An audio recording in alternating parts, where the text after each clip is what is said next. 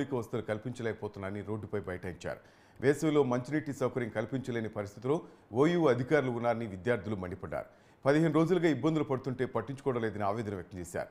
సమస్యలు పరిష్కరించే వరకు ఆందోళన విరమించేది లేదని విద్యార్థులు తేల్చి చెప్పారు.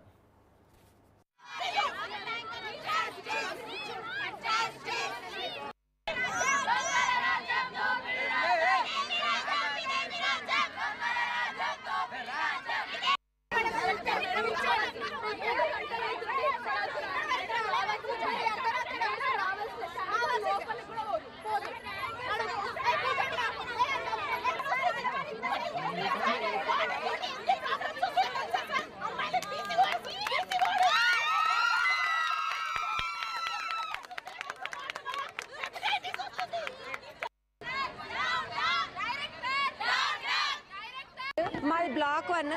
అసలు మేము నవంబర్లో వచ్చినాం కానీ ఇప్పటి వరకు అసలు మాకు అక్కడ ఫిల్టర్ వాటరే లేవు. ఇంకా డ్రింకింగ్ అదేమంటారు బాత్రూమ్స్లో కూడా వాటరే వస్తలేవు.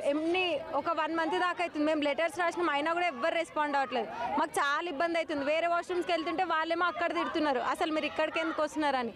మాకు అసలు ఫిల్టర్ వాటరే అసలు బ్లాక్ 1లో మేము బ్లాక్ 3కి పోతున్నాం. బ్లాక్ 3 వాళ్ళు కూడా మమ్మల్ని రానివ్వట్లేదు. మేము ఎక్కడికి వెళ్ళాలో మాకు అర్థమవుతలేదు.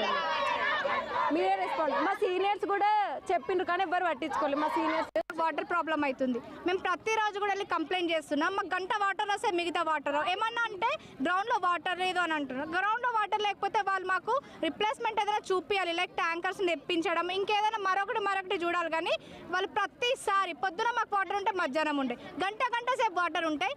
మాకు డైరెక్టర్ మేడం కాల్ చేసి అంటుంది, మీరు వాటర్ మిస్యూజ్ చేస్తున్నంట, మేము స్నానాలు చేయొద్దా, మేము బట్టలు వాష్ చేసుకోవద్దా, మేము నీళ్ళు కూడా తాగొద్దా, ప్లేట్లు కడుక్కోవడానికి వాటర్ ఉండే, స్నానాలకి వాటర్ ఉండే, బ్రషింగ్కి వాటర్ ఉండే. రాత్రి 10కి అయిపోతే పొద్దున్న 6 గంటల వరకు మళ్ళీ మాకు వాటర్ రావు. మార్నింగ్ ఒక 2 అవర్స్ మళ్ళీ వాటర్ వస్తే మళ్ళీ 12 o'clock వరకు వాటర్ రావు. అంటే ఉన్న వాటర్ మేము అడ్జస్ట్ చేసుకోవాలంట.